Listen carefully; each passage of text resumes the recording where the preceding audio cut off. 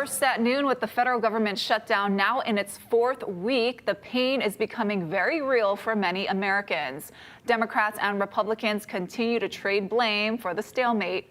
Olivia Rinaldi has the latest from Capitol Hill. Thank you. Federal workers lined up at a food stand from World Central Kitchen in Washington, D.C. Monday to pick up donated meals after missing their first full paychecks on Friday. It's nice to have organizations kind of step up and provide relief and support. Humberto Lopez has been furloughed from the Department of Defense. With no end in sight, he says the shutdown has left a bad taste in his mouth. It seems like, the guys across the hill playing games, and the rest of us are hurting. The largest union of federal government employees released a statement Monday saying it's time to pass a clean continuing resolution and end this shutdown today. I think it is the breaking point, and so something has to happen and something has to give. This week, the food assistance program known as SNAP, which more than 40 million Americans rely on, will be cut off. The Department of Agriculture stating bluntly on its website, the well has run dry. Now the Senate is back in session, but there are no signs of a breakthrough. Democrats continue to hold out for those extensions to health care subsidies, but Republicans refuse to budge. Republicans have shut down the government because they are unwilling to provide affordable health care to the American people. If this was really what this is about, the Democrats would be voting to reopen the government so that we could actually engage in a serious discussion about rising health care costs. Adding to this pressure, air traffic controllers will miss their paychecks Tuesday. The FAA says staffing shortages led to major flight delays over the weekend. Thousands more of those delays continued Monday, although some are weather-related. Olivia Rinaldi, CBS News, Capitol Hill.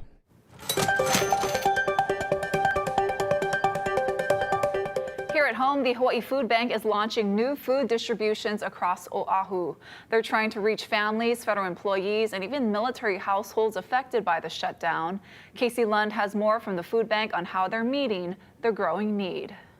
Aloha from the Hawaii Foodbank. We've come here over the years when our community has been in need, and the Hawaii Foodbank has stepped up in a big way during the pandemic, and now as so many of our friends and neighbors are struggling to put food on the table, especially with the federal government shutdown, a lot more folks are going to be impacted than usual. I want to talk to Danny Schlag with us. He's the Director of Communications for the Hawaii Foodbank. Thank you for coming down here to talk a little bit about what you folks are doing to kind of step up with that anticipated need. A lot more people are going to be needing services than probably have ever needed them before, right? Yeah, already, every day of the year, 1 in 3 households currently in Hawaii are struggling with food insecurity, meaning not everyone in that household is getting enough food to live an active, healthy life. So in moments like this, it's on top of that now, there's an elevated amount of need. So thousands more families. Yeah, and while we don't see an end in sight, unfortunately, for the government shutdown, that is going to impact SNAP benefits.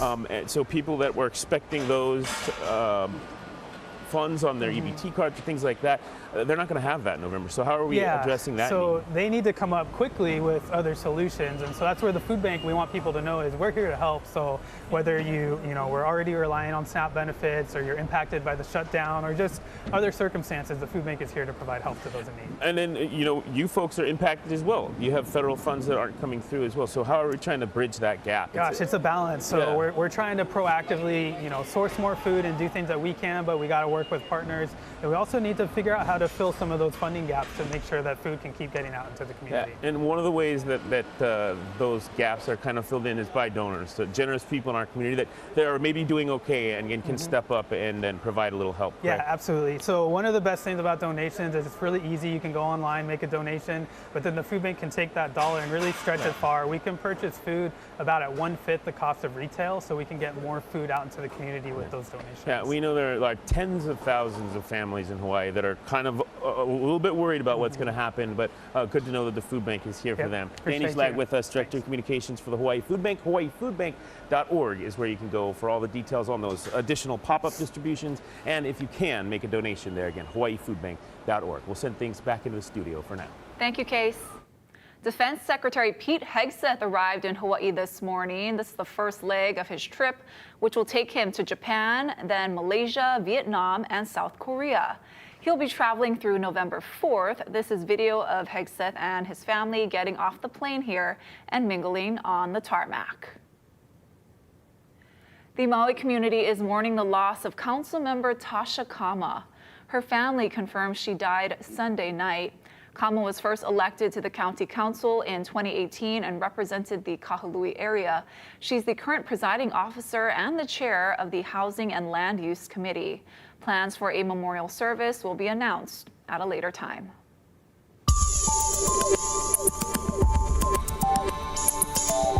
And happy Monday, everybody. We're taking a quick look at our first alert radar and satellite. An upper level disturbance has kind of settled just off to the west of the island chain, allowing for a few showers out there over Kauai and Oahu. We've got some moisture moving up from the south of Oahu, but over on the southern shore, we might be seeing a few sprinkles out there that's starting to move in. So we might be seeing a few showers over the next couple of hours over the western half of the state. Also some moisture moving in along the Mauka areas of Kauai, and also near Honolulu. Again, this isn't the full picture over on Kauai. The southern radar on the island is usually blocked, so we're likely seeing upper level moisture out there from the Molokai radar. So showers are possible over the western half of the state throughout the rest of this afternoon and evening. Not going to be for everybody, but we're watching the radar very closely. I'll give you a full breakdown of what you can expect throughout the rest of this week coming up.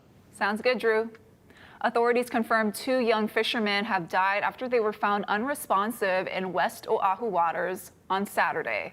The 18-year-olds have not been officially identified. The 2 were fishing near Kaena Point on Saturday morning when one of them was reportedly swept into the water. The other went in to help him, but neither returned. John Kano was also fishing in the area at the time of the incident and recalled seeing rescue efforts. Tough to watch because, when you're out in the ocean for that long, especially in an area like that, things don't really look too hopeful a lot of times because of how rough and unsafe the conditions can be, even if it looks calm. Friends and family of the 2 fishermen gathered near Kaena Point Sunday afternoon to leave flowers and mourn their loss. The Honolulu Police Department confirms it is investigating 2 unattended death cases. HPD says there are no signs of suspicious activity or foul play at this time. A 42-year-old man is dead after a bad crash on Nimitz Highway. It happened near the intersection of Valkenburg Street just after 3:30 this morning. Police believe the man was speeding when he went into a concrete pillar. He was pronounced dead at the scene. This is Oahu's 70th traffic death of the year. That's up from 38 at this point in 2024. A Hawaii County police officer is reported to be in serious condition this morning after she was hit by a car while on duty yesterday. Investigators say the 27-year-old officer had stopped to help a stalled vehicle near the Hilo airport. She suffered head injuries and rib fractures. The 52-year-old man who was driving the car that hit her was arrested for first-degree negligent injury. He's being released pending investigation. Meanwhile, police remind the public to slow down and move over when emergency personnel are stopped along the road. This is indicative of the kind of dangers our officers face every day, even when doing something that may seem routine, like helping a stranded motorist. And we would just, implore the public to pay attention to the roadway, look for officers that may be on the roadway, and give them a wide berth when passing an officer. The officer who was injured has been with the department for 4 years. Police do not believe alcohol or drugs were factors in the crash, but the investigation is ongoing. The search is on for a prized pet goat that was stolen Friday from a private ranch in upcountry Maui. The rancher says it's not the first time and is hoping that a new law can help crack down on crimes against farmers and ranchers. Annalisa Burgos has more. Honey Girl is like any kid. Always hungry, curious, loves being around family. What did she mean to everybody? Oh, she was like a little kid. You know what I mean? She was like a little, like my dogs. My dogs is my children. Actually, they act like kids anyway. And so she's just a loving little girl. That little girl went missing Friday between 3 to 6 p.m. from the Niles family's 70-acre ranch at 475 Papipi Road. They have about 15 cattle and 40 goats. Annette Niles was at a funeral and returned home to heartbreak. She was gone. The rest was here. And then everybody was just like really spooky and scared. like something was bothering them in somebody. Niles says this isn't the first time they've had to deal with thieves. She's seeing a rise in ag theft on Maui. And it's not only me. Our other friend had his goat, but they got him back. Thank goodness it was on the highway and somebody saw the goat being taken. Niles hopes the new Duke's Law will increase penalties and crack down on criminals taking advantage of hardworking farmers. Named after a West Oahu farmer who was murdered on his farm, the law provides law enforcement with resources like drone technology, license plate readers, more patrol, and harsher penalties for repeat offenders. Niles says many ag criminals just get a $100 fine. We need to show them that they need to respect people's place, you know what I mean? And not having to shoot somebody for that matter. Honey Girl is 6 months old, 13 inches long, and less than 11 inches tall, with unique ears and one-of-a-kind spotting. She is so unique that somebody would love to see her. Niles filed a police report and put up signs, hoping someone will return the beloved miniature goat. She could be near Na'alai Road between the Bothello's property and Kupa'a Farm. Niles has this appeal to Honey Girl's kidnappers. Return her. No questions asked. Return her back, If we find you, it's gonna be worse for you. Annalisa Burgos, Hawaii News Now. Ahead on This Is Now, arrests have been made in that bizarre crown jewelry heist at the Louvre Museum in Paris. What we know about the suspects now in custody. President Trump is on the ground in Japan as part of his three-country swing across Asia. I'm Natalie Brand with his trip so far and why the administration is optimistic about a trade deal with China.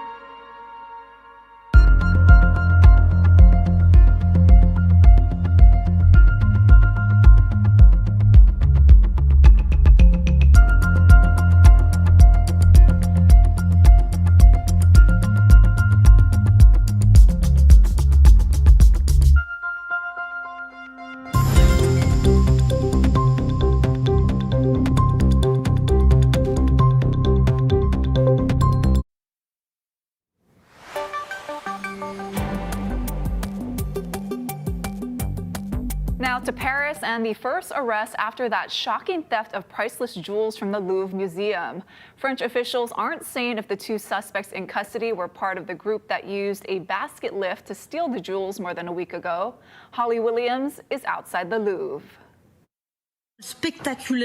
Two suspects were arrested late Saturday night, according to French media reports.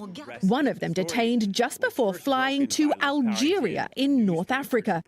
Those details have not been confirmed by the prosecutor. The arrests came a week after this brazen daylight robbery, with at least 4 culprits. They used a basket lift up the Louvre's facade, broke in through a window and made off with jewellery once worn by French royalty, valued at over $100 million. The lax security has caused outrage here. The Louvre management did a very poor job for the last 20 years, not investing in security. Professor Alain Bauer is a French criminologist who told us those arrested are well known to the police. The fact that they've now arrested 2 suspects, does that make it more likely that the police will be able to recover the jewels? I'm pessimistic about the jewels. I'm optimistic about catching all the thieves. Bauer told us the stolen treasures may have already left France. The gold and silver melted down and the gems cut into smaller, untraceable stones. The French police have a maximum of 96 hours to charge the suspects they've arrested. Meanwhile, at the Louvre, the most visited museum in the world, the scene of the heist has now become a tourist attraction in its own right. Professor Bauer told us the police are likely offering the suspects in custody lighter sentences in return for information on the whereabouts of the stolen treasure. Holly Williams, CBS News, Paris, France. President Trump has arrived in Tokyo as part of a 5-day trip through Asia. Still to come is a highly anticipated meeting with Chinese President Xi Jinping, where the two will be talking trade, tariffs, and TikTok. Natalie Brand has more from the White House. The landmark Tokyo Tower is lit up red, white, and blue for President Trump's visit. He arrived in Japan today, greeted by the emperor. A great man. Great man. Japan's newly elected prime minister will meet President Trump Tuesday. His 3-country trip to Asia began over the weekend in Malaysia. Local performers welcomed President Trump at the airport, and he joined in the dance. He used this first stop to sign separate trade agreements with Malaysia, Thailand, and Cambodia, as well as a peace treaty. But the trade meeting everyone will be watching comes later this week when President Trump meets with Chinese President Xi Jinping on the sidelines of an economic summit in South Korea. I think we're going to have a successful transaction. The administration said the U.S. and China have agreed to a framework of a trade deal around key issues, including fentanyl, agriculture, China's restrictions on rare earth minerals, and the sale of TikTok. I expect we'll have an approval, but I'd rather wait till a couple of days to let you know. Treasury Secretary Scott Bessent says the president's threat of an additional 100% tariff is effectively off the table and signaled China will resume substantial soybean purchases from American farmers. Natalie Brand, CBS News, the White House. And stick around. Coming up after the break, we'll give you a look at our first alert weather forecast. We've got slowly weakening trades out there and showers over the western half of the state. The details coming up.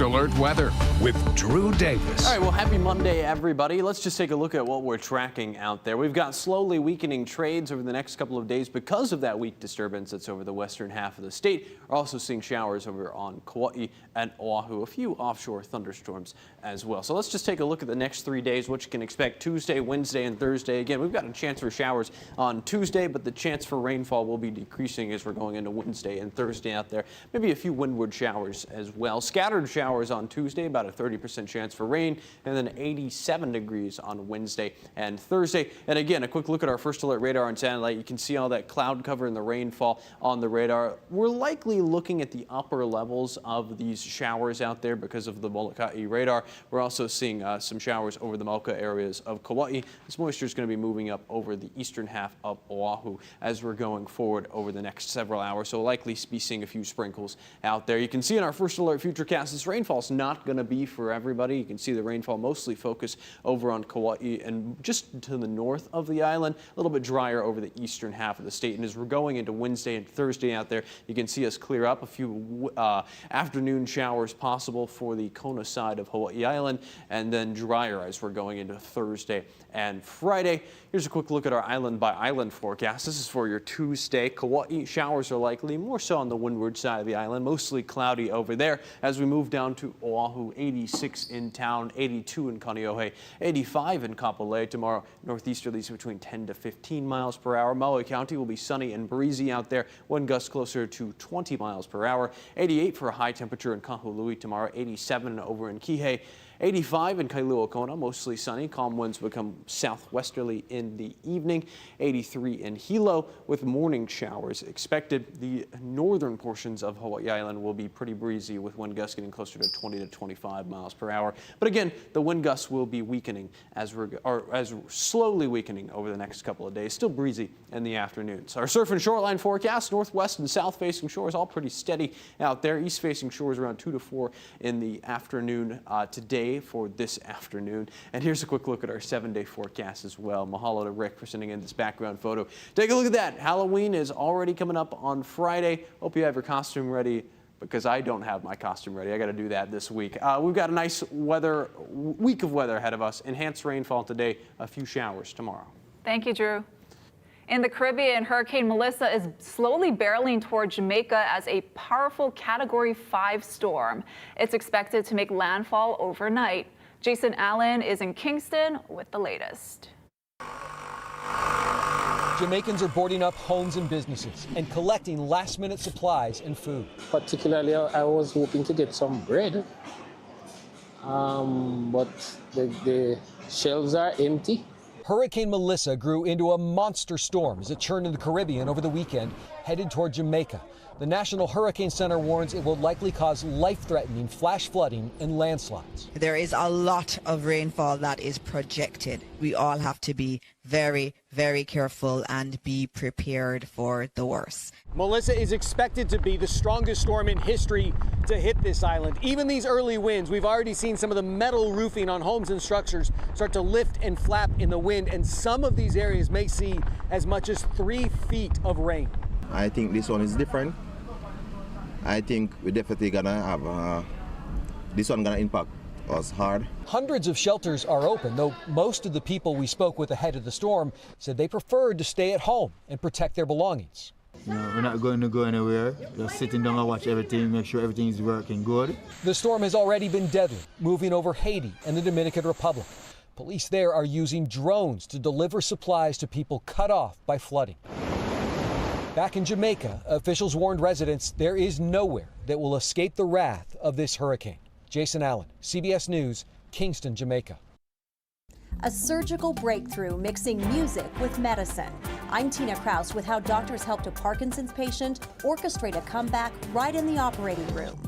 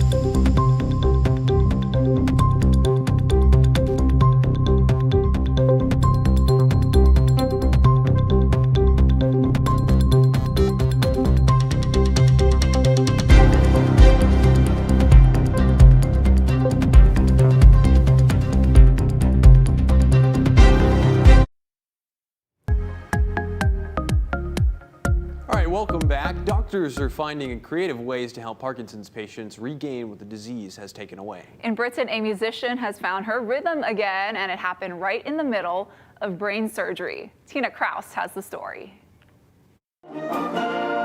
Making music was at the center of Denise Bacon's life, but Parkinson's disease changed everything. The 65-year-old had to stop playing the clarinet she loved. It was mainly because the fingers weren't pressing. I couldn't press them accurately on the holes and the keys. Bacon thought that part of her life was over until she underwent deep brain stimulation at a London hospital.